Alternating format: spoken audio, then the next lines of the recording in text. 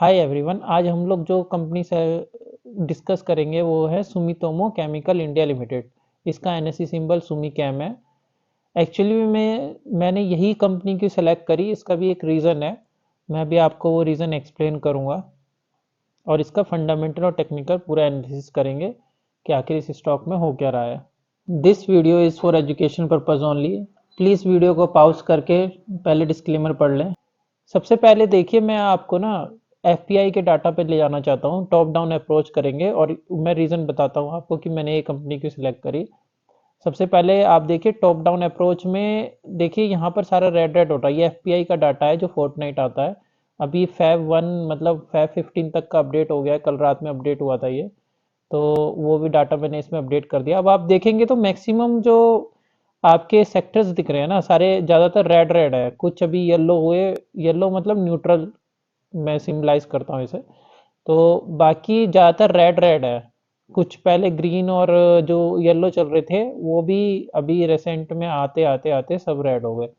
लेकिन आप chemical sectors पे अगर ध्यान देना, तो केमिकल सेक्टर्स पे देखिए सितंबर 1 से भी डाटा देखिए। सितंबर 1 से ये ग्रीन था, ये येलो रहा है, अदरवाइज ये ग्रीन ही रहा है। मतलब ये इतनी सेलिंग एफपीआई की, एफआई की इतनी सेलिंग होने के बावजूद हर सेक्टर में भी ये एक सेक्टर है जिसमें नेट सेलर वो ज़्यादातर रहे नहीं। देखो एक दो फोर्टनाइट में रहे हैं। नवंबर 2 के जो आपका 2024 का जो फोर्टनाइट था उसमें नेगेटिव रहे, लेकिन ये नंबर भी देखिए, इसके जो एवरेज एब्सोल्यूट एवरेज है उससे कम रहता है। दिसंबर में रहे थे ये, सेकंड हाफ में थोड़ा सा उन्होंने बेचा था, लेकिन ये नंबर भी इतना ज़्यादा था नहीं जो सेक्टर का एवरेज रहता है। तो ओवरऑल हम ये बोल सकते हैं कि देखिए सारे सेक्टर नेगेटिव होने के बावजूद, सारे मतलब मैक्सिमम सेक्टर नेगेटिव होने के बावजूद जिसमें उनकी सेलिंग चल रही है, केमिकल सेक्टर एक ऐसा सेक्टर है जिसमें वो अभी भी पॉजिटिव बने हुए हैं। उन्होंने ज़्यादा सेलिंग करी नहीं है। अब आगे कर सकते हैं या नहीं कर सकते उसके बारे में तो नहीं बताऊंगा, बता पाऊंगा मैं, वो तो वही जाने। लेकिन एक्चुअली में अभी तक ये सेक्टर या तो न्यूट्रल रहा है या पॉजिटिव ही रहा है। अब हम बात कर लेते हैं। सबसे पहले मैंने इसलिए, देखिए आज की कंपनी सेलेक्ट करी है, वो केमिकल सेक्टर से ही रिलेटेड एक कंपनी है जिसको मैंने सेलेक्ट किया है। अब उसका मैं बेसिस बता देता हूँ आपको। सबसे पहले देखिए सुमितोमो केमिकल इंडिया लिमिटेड, इसकी अगर मैं बात करूँ ना, इसकी जो मैंने बेसिस है इसका सबसे पहले सेलेक्ट करने का, देखिए इसका ईयरली हम देख लेते हैं। ये 2020 में अराउंड पे लिस्ट हुई थी कंपनी, ठीक है, कोविड क्रैश से पहले लिस्ट हुई थी।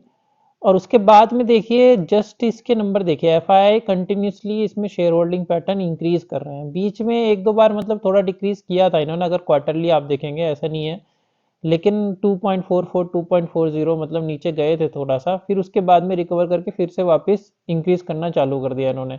तो मतलब अगर हम ईयरली देखें डाटा, तो एफआई कंटिन्यूसली इस कंपनी में अपनी शेयर होल्डिंग पैटर्न इंक्रीज कर रहे हैं। डीआईआई की बात कर लूँ, डीआई में देखिए क्वार्टरली में उन्होंने भी ऊपर नीचे किया, लेकिन ईयरली देखिए, ईयरली भी वो कंटिन्यूसली इंक्रीज ही कर रहे हैं। इसमें अगर आप मार्च से मार्च का कंपैरिजन करते हैं तो उस हिसाब से देखेंगे तो कंटिन्यूसली वो इंक्रीज कर रहे हैं इसमें अपनी शेयर होल्डिंग पैटर्न। तो मतलब ये एक ऐसी कंपनी है जिसमें एफआईआई और डीआईआई कंटिन्यूसली अपनी शेयर होल्डिंग पैटर्न इंक्रीज कर रहे हैं। और देखिए अभी तक शेयर होल्डिंग पैटर्न एफआईआई की 3.59% ही हुई है, डीआईआई की 6.96 है। प्रमोटर 75% पे रुके हुए हैं, और देखिए पब्लिक जो है 14.41% है पब्लिक के पास में। अब जो पब्लिक के पास में 14.41 है ना, देखिए इतना मार्जिन है एफ आई डी आई के पास में भी करने का, अगर प्रमोटर सेल नहीं करते हैं तो तब भी काफ़ी ज़्यादा मार्जिन है उनके पास में भी, अगर वो इंक्रीज करना चाहे तो आने वाले टाइम में। तो यही रीज़न है मेन इस कंपनी को सेलेक्ट करने का। पहले तो केमिकल सेक्टर जिसमें उन्होंने अभी तक बहुत ज़्यादा कुछ सेलिंग करी नहीं है एफ आई एस ने, एफ पी आई डाटा जो हम बता रहा है। दूसरा, इस कंपनी में जो है continuously F I D I के शेयर होल्डिंग पैटर्न इंक्रीज होना, ये भी एक पॉजिटिव साइन है मेरे हिसाब से। इसलिए मैंने इन दो रीजनों से इस कंपनी को सेलेक्ट किया। अब हम बात कर लेते हैं। देखिए इसका मार्केट कैप 24,700 करोड़ है। बहुत ज़्यादा मतलब लार्ज कैप कंपनी तो नहीं है, लेकिन फिर भी 24,700 ठीक ठाक मार्केट कैप है इसका। स्टॉक पी 48.1 है, थोड़ा सा हायर साइड में ही है। हायर साइड में मतलब अगर हम सेक्टर वाइज कंपेयर करें बाकी कंपनी जो इस सेक्टर में है उससे कंपेयर करें तो ज़्यादा ही है। और जनरली देखिए अगर FIDI किसी कंपनी में कंटिन्यूसली इंक्रीज कर रहे हैं ना, तो कंपनी ज़्यादातर हाई पीआई पे ही, पीई पे रेशियो पे चलेगी। वो थोड़ा सा लगता ही है कि वैसा ही चलेगा उसका। जब तक वो सेल करना ना चालू कर दे तब तक तो मतलब ऐसे ही चलेगा, ऐसे ही लगता है। देखिए अब 5 ईयर्स पीई की मैं बात कर लूँ, 5 ईयर्स पी रेशियो की बात करें तो ये देखिए ये मार्च 2020, 28 फेब 2020 में ये लगभग लिस्ट हुई थी वहाँ पर, वहाँ से इसका डाटा है। ये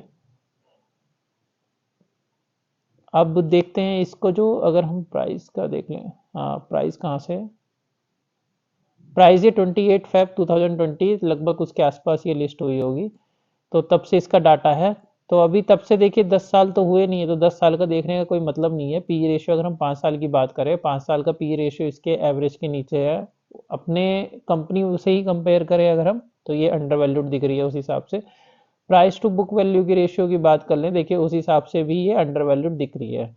अभी भी देखिए जो इसका लो गया था price to book value ratio, वो 7.2 के अराउंड गया था। अभी ये लो से तो ऊपर ही है, 9 के अराउंड है, लेकिन जो मीडियन है, मीडियन के हिसाब से ये अंडर वैल्यूड है। अगर हम नीचे अभी बात कर लें सेल्स नंबर की इसकी, देखिए सेल्स नंबर अगर मैं बात कर लूँ इसका, तो यहाँ से सितंबर से देखिए एक डिप आया था इसमें, एकदम अचानक से सितंबर से दिसंबर में डिप आया था। 400 करोड़ के अराउंड लगभग ये डिप था। ठीक है, ये डिप देखिए सितंबर से दिसंबर में 400 करोड़, और सितंबर से दिसंबर में 300 करोड़। तो मतलब सितंबर से दिसंबर में नॉर्मल है इसकी सेल्स नंबर डिक्रीज होना, बहुत बड़ी बात नहीं है उसमें, वो डिक्रीज होता रहता है उसका। अगर हम ईयर ऑन ईयर बात कर लें सेल्स नंबर का, तो सेल्स नंबर देखिए 26% की ग्रोथ थी यहाँ पर, ये 6% ग्रोथ हो गई थी, -28% चली गई थी ये ग्रोथ नंबर। फिर ये वापस अभी 15.17% हो गई है। मतलब हम ये बोल सकते हैं कि इसका ग्रोथ नंबर में जो डिक्रीमेंट होने लग गया था, जो ग्रोथ नंबर इसकी सेल्स में दिख रहे थे हमें, मतलब सॉरी जो डिक्लाइन हमें सेल्स नंबर में दिख रहे थे इसके, वो अभी फिर से रिकवर होने लग गए हैं जैसा दिख रहा है अभी। ऑपरेटिंग प्रॉफिट मार्जिन की बात कर ले, ऑपरेटिंग प्रॉफिट मार्जिन देखिए दिसंबर में 16% था, ये डिक्रीज होकर 12% हो गया था दिसंबर 2023 में। वापिस ये दिसंबर 2024 में रिकवर करके 16% पे आ गया। अभी देखिए ये ऑपरेटिंग प्रॉफिट मार्जिन अगर मैं लास्ट ईयर से कंपेयर करूं, देखिए मार्च 2023 का 20% था, वहां से 21 इंक्रीज ही हुआ है, जून से 11 से 19%, सितंबर से 21 से 25%, अभी दिसंबर में 12 से 16%। मतलब अगर आप देखेंगे हर क्वार्टर में ऑपरेटिंग प्रॉफिट मार्जिन इसका लास्ट सारे क्वार्टर 4 क्वार्टर में इंक्रीज ही हुआ है, तो एक पॉजिटिव साइड है। मतलब जो इसके रिजल्ट्स बेकार होने चालू हुए थे वो वापस रिकवरी इसकी ऑलरेडी चालू हो चुकी है। और ये वन ऑफ द रीजन हो सकता है जिसकी वजह से एफ आई एस है या दे आई कंटिन्यू से बाय कर रहे हैं इसमें, मतलब सेलिंग ज़्यादा करी नहीं उन्होंने। और अगर हम इसकी बात कर लें बोरोइंग नंबर्स की, बोरोइंग देखिए 24,000 कह रहा हूँ सॉरी, 24 करोड़ है खाली।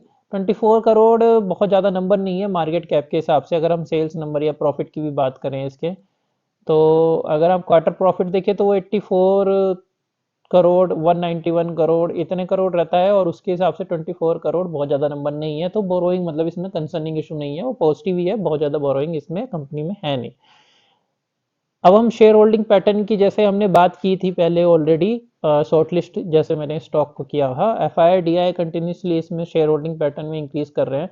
क्वार्टरली बात कर ले, क्वार्टरली देखिए सितंबर ये कंटिन्यूसली जो डिप बनाया था इन्होंने मार्च 2023 में बनाया था, मार्च 2023 के बाद में continuously F I quarter on quarter इसमें बाय ही कर रहे हैं। और डी आई की बात कर ले, डी आई देखिए उन्होंने भी बॉटम मार्च 2023 में ही बनाया था, फिर जून 2023 में उन्होंने कोई बाय नहीं करी, उसके बाद कंटिन्यूसली वो भी बाय कर रहे हैं। दिसंबर 2023 में भी थोड़ा सा कम किया था उन्होंने, 6.06 से 6.02 गए थे, लेकिन उसके बाद में फिर से बाइंग उन्होंने चालू कर दी। तो अभी कंटिन्यूसली इस स्टॉक में पिछले कुछ क्वार्टर से एफ आई और डी आई की बाइंग चल रही है। अगर हम टेक्निकल एनालिसिस करें इस स्टॉक का, देखिए ये सुमितोमो केमिकल इंडिया लिमिटेड का मैंने चार्ट खोला है, ये वीकली चार्ट खोला है।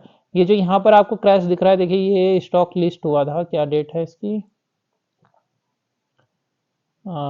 ये जैन के लास्ट में लिस्ट हुआ था, उसके बाद ऊपर गया, लिस्ट होने के बाद में। और आप जैसे देख सकते हैं कि कोविड का क्रैश आया, सारे स्टॉक क्रैश हो रहे थे, तो ये भी क्रैश हुआ था उसमें। उसके बाद में जो ये स्ट्रक्चर बनाया, देखिए इसने यहाँ से ट्रिपल बॉटम टाइप एक स्ट्रक्चर बनाया था, और एक ऊपर यहाँ से एक लाइन चल रही थी, मतलब ट्रेंड लाइन टाइप बोल सकते हैं। जब इस ट्रेंड लाइन टाइप को इसने ब्रेक किया, उसके बाद में कंटिन्यूसली ऊपर गया। अभी देखिए सिमिलर टाइप का स्ट्रक्चर वापस इसमें बन रहा है। यहाँ पर ये डबल बॉटम ऑलरेडी बना चुका है, ट्रिपल बॉटम के लिए आएगा या नहीं आएगा उसका मैं बहुत ज़्यादा कुछ बोल नहीं सकता अभी, कि मतलब आएगा, आएगा ही या नहीं आएगा। अगर आए मतलब इसको फॉलो करता है तो आना चाहिए वापस, और अगर नहीं भी फॉलो करेगा तो ये है, तो ऊपर जा सकता है ये। अब देखिए यहाँ से एक ट्रेंड लाइन जैसे यहाँ से बन रही थी एक, वहाँ से ये एक ट्रेंड लाइन बन रही है। अगर हम इसके देखिए जो सबसे मेजर सपोर्ट लेवल, अगर आप बिल्कुल इमिडिएट, जो अगर मैं इसको ही ले लूँ कि ये एक मतलब मेजर सपोर्ट लेवल है, मतलब यही अगर ट्रिपल बॉटम बनाता है और ऊपर ये टारगेट है, उस हिसाब से भी अगर हम देखें इसमें, तो देखिए रिस्क टू रिवॉर्ड रेशियो कितना बैठता है इसका।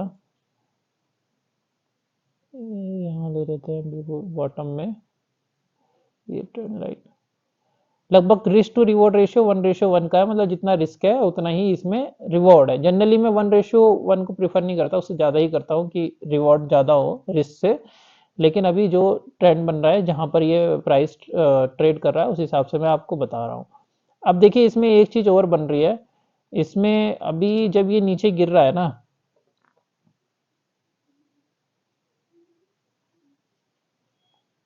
तो इसमें एक ट्रेंड लाइन बन रही है, यहाँ से एक चैनल बनाते हुए नीचे गिर रहा है लगभग। ठीक है, अगर आप डेली पे जाएंगे, डेली पे देखिए एक चैनल बनाते हुए नीचे गिर रहा है। ठीक है, जब तक ये चैनल को ब्रेक नहीं कर देता तब तक ये बहुत ज़्यादा पॉजिटिव होगा नहीं। और अगर इस सबसे पहले पॉजिटिव सिग्नल, मतलब इसका सबसे जो मेजर पॉजिटिव सिग्नल है वो यही है कि या तो ये सपोर्ट लेवल पे आ जाए किसी बढ़िया, या ये इस चैनल को ब्रेक कर दे।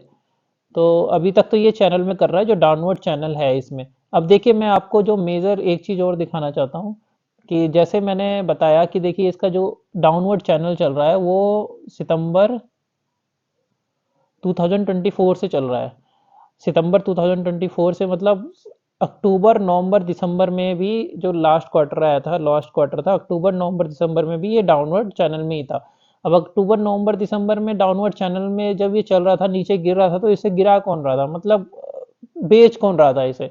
अब देखिए एफआईआई ने तो अक्टूबर नवंबर दिसंबर में बाय किया, 3.49 से 3.59 किया। डीआईआई ने देखिए 6.96 से 6.96 कांस्टेंट रखा, उन्होंने उन्होंने ना बाइंग करी ना सेलिंग करी इसमें। तो एक्चुअली में इसे सेल किसने करा, सेल देखिए इसमें जो किया है वो पब्लिक ने सेल किया है इसको। तो मैं यही दिखाना चाह रहा था आपको। और दूसरा, अगर हम मेजर सपोर्ट और रेजिस्टेंस की बात कर ले इसका, कि मेजर सपोर्ट और रेजिस्टेंस कहाँ है। एक तो देखिए सपोर्ट मैंने ये बता ही दिया आपको कि ये मेजर सपोर्ट का काम करेगा, जो ट्रिपल बॉटम है। लेकिन इससे पहले भी कुछ इसके एक दो सपोर्ट हैं जहाँ पर ये सपोर्ट ले सकता है अच्छे से। सबसे पहले देखिए, सबसे पहला लेवल तो यही है जो इसने बॉटम बनाया, यहाँ से ये जो लेवल है इसका,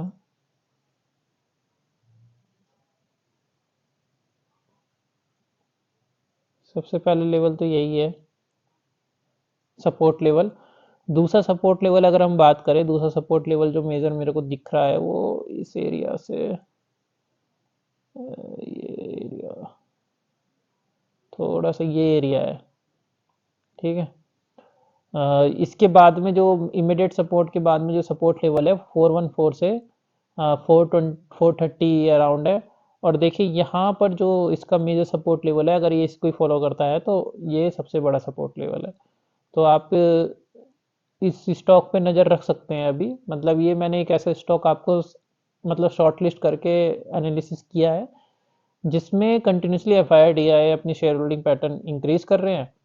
और जैसा आप लोग देख सकते हैं कि ये नीचे गिरने के बावजूद भी इंक्रीज कर रहे हैं, मतलब ये इसमें करेक्शन हो रहा है, और उसके बावजूद भी वो कंटिन्यूसली उसमें अभी तक खरीद रहे हैं। आगे खरीदते रहेंगे नहीं खरीदते रहेंगे उसको भी हम ट्रैक करेंगे, लेकिन फिलहाल के लिए अभी तक तो ये इस हिसाब से शेयर होल्डिंग पैटर्न के हिसाब से पॉजिटिव दिख रहा है ये।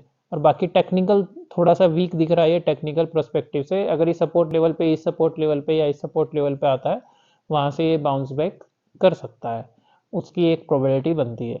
तो इसी के साथ मैं अपनी वीडियो समाप्त करता हूँ। आशा है आपको ये वीडियो पसंद आई होगी। अगर वीडियो पसंद आई हो तो वीडियो को लाइक, शेयर एंड सब्सक्राइब ज़रूर करें और बेल आइकन दबाना ना भूलें। धन्यवाद। This video is for educational purpose only, not any financial advice. It is my personal view. Please do not take any financial decision based on this video. Please consult your financial advisor before taking any decision. I am not responsible for any financial gain or loss or any implications arising out of any decision taken by anyone after watching this video.